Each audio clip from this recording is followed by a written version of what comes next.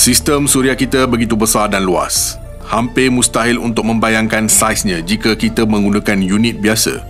Jarak dari bumi ke matahari adalah 149 juta kilometer. Tetapi jarak ke planet yang paling jauh iaitu Neptune adalah hampir 4.5 bilion kilometer.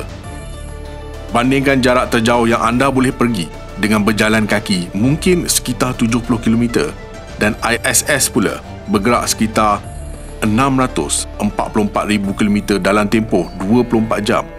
Jarak yang sangat besar ini menjadikan sistem suria kita menerima pengunjung-pengunjung yang pelik.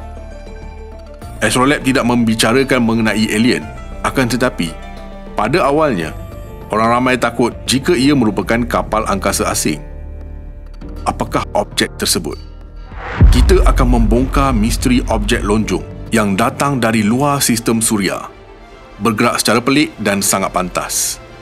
Sebelum tu jangan lupa subscribe Astrolab dan on loceng notifikasi anda.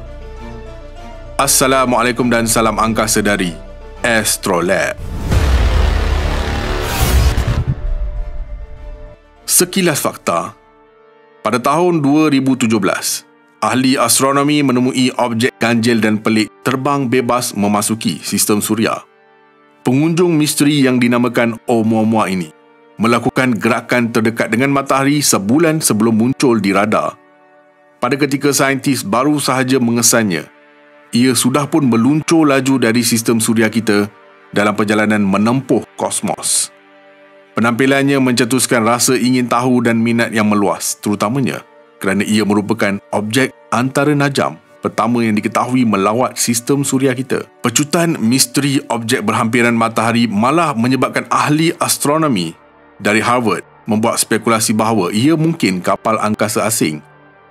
Tetapi kini ahli astronomi telah menemui penjelasan untuk tingkah laku pengunjung antara najam ini. Jadi mengapa Oumuamua mempunyai daya pecutan luar biasa apabila ia melintas berdekatan dengan matahari? Adakah ia benar-benar kapal angkasa alien? Dan akhirnya dan yang paling penting, bagaimana kajian ini akan membongkar misteri objek angkasa? Oumuamua menarik perhatian ahli astronomi kerana ia mempunyai beberapa ciri yang luar biasa. Pertama, ia mempunyai bentuk luar biasa dan dalam bentuk seakan-akan cerut lonjong yang berukuran sehingga 400 meter. Tiada asteroid lain atau komet dalam sistem suria yang diperhatikan dengan bentuk seperti ini sebelum ini. Kedua, ia berputar seperti botol di sisinya semasa mengorbit matahari. Satu lagi sifat unik yang tidak dilihat pada asteroid atau komet lain, disebabkan ia merupakan pengunjung antara najam pertama yang diketahui oleh ahli astronomi, mereka menamakannya Oumuamua, yang bermaksud utusan yang tiba dahulu dari jauh dalam bahasa Hawaii. Ia datang dari arah Vega, salah satu bintang paling terang di langit malam terletak sejauh 25 tahun cahaya. Kelajuan Oumuamua jauh lebih pantas daripada apa yang diramalkan oleh hukum mekanik klasik dan kelakuannya tidak dapat dijelaskan sepenuhnya oleh graviti sahaja. Selain itu, objek ini tidak mengandungi ais atau mengeluarkan gas seperti komet biasa. Malah, tenaga suria yang dialaminya tidak dapat menjelaskan pecutannya yang luar biasa. Ini membawa kepada spekulasi bahawa ia mengalami daya bukan graviti. Walau bagaimanapun, punca kuasa ini masih tidak diketahui. Sebagai tindak balas kepada enigma ini, penyelidik mula mencadangkan pelbagai usul. Antaranya, teori yang paling menarik ialah Oumuamua ialah kapal angkasa asing yang direka untuk menangkap daya cahaya matahari menggunakan layar ringan.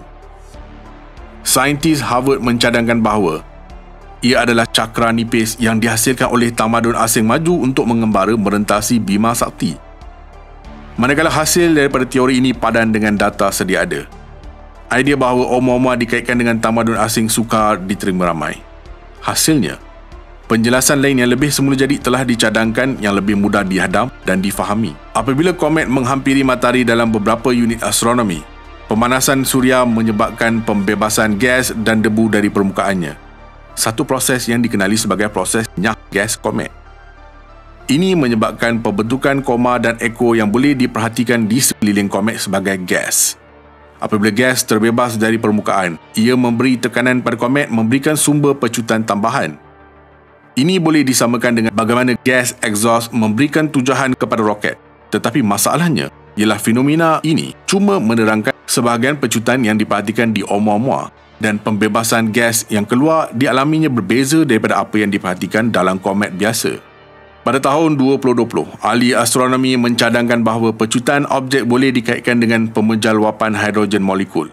Sublimasi ialah satu proses di mana bahan pemejal beralih terus ke dalam bentuk gas tanpa melalui fasa cecair. Walau bagaimanapun, faktor yang rumit ialah hidrogen molekul tidak mengeluarkan atau memantulkan cahaya, menjadikannya sangat mencabar untuk dikesan menggunakan teknik spektrografi standard. Ini bermakna, walaupun objek luar sistem suria ini mengeluarkan gas hidrogen molekul, ia menjadi sukar untuk dikesan. Perkara ini menjadi lebih rumit apabila kajian balas menunjukkan bahawa sangat tidak mungkin untuk Oumuamua menjadi gunung ais hidrogen molekul, kerana keadaan sejuk yang diperlukan untuk pembentukan gunung ais tersebut tidak wujud. Ini meninggalkan persoalan bagaimana ia boleh mengandungi hidrogen di bawah keadaan yang tidak sesuai. Selain itu, jika hidrogen wujud, bagaimanakah ia boleh disublimasi untuk memberikan pecutan yang diperhatikan? Ini adalah beberapa misteri yang menyelubungi Oumuamua, di mana penyelidik berusaha keras untuk menyelesaikannya. Ahli astronomi menyemak semula data yang tersedia untuk mendapatkan pemahaman yang lebih baik tentang tingkah laku anomali Oumuamua. Yang menghairankan, mereka menemui penjelasan yang jelas yang sebelum ini telah mengabui mereka. Jawapannya terletak pada fenomena penyinaran. Sinaran mengayon boleh membelah molekul air terkandung dalam objek yang menghasilkan hidrogen molekul. Ada kemungkinan sesuatu yang serupa berlaku dengan objek angkasa ini. Dalam model yang dicadangkan oleh penyelidik, diandaikan bahawa Oumuamua memulakan perjalanannya sebagai planetismal berair semasa mengembara melalui ruang antarinajam. Suhu rendahnya disinari oleh sinar kosmik yang memanaskannya semula semasa melalui sistem suria.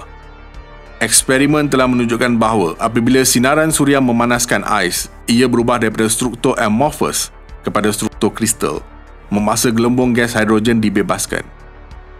Proses ini boleh menerangkan pemejal luapan hidrogen molekul daripada Oumuamua dan pecutan yang diperhatikan. Model penyelidik mencadangkan bahawa pecutan Oumuamua adalah disebabkan oleh lemparan gelembung hidrogen yang disebabkan oleh penghabluran aisnya ketika ia melewati dekat dengan matahari.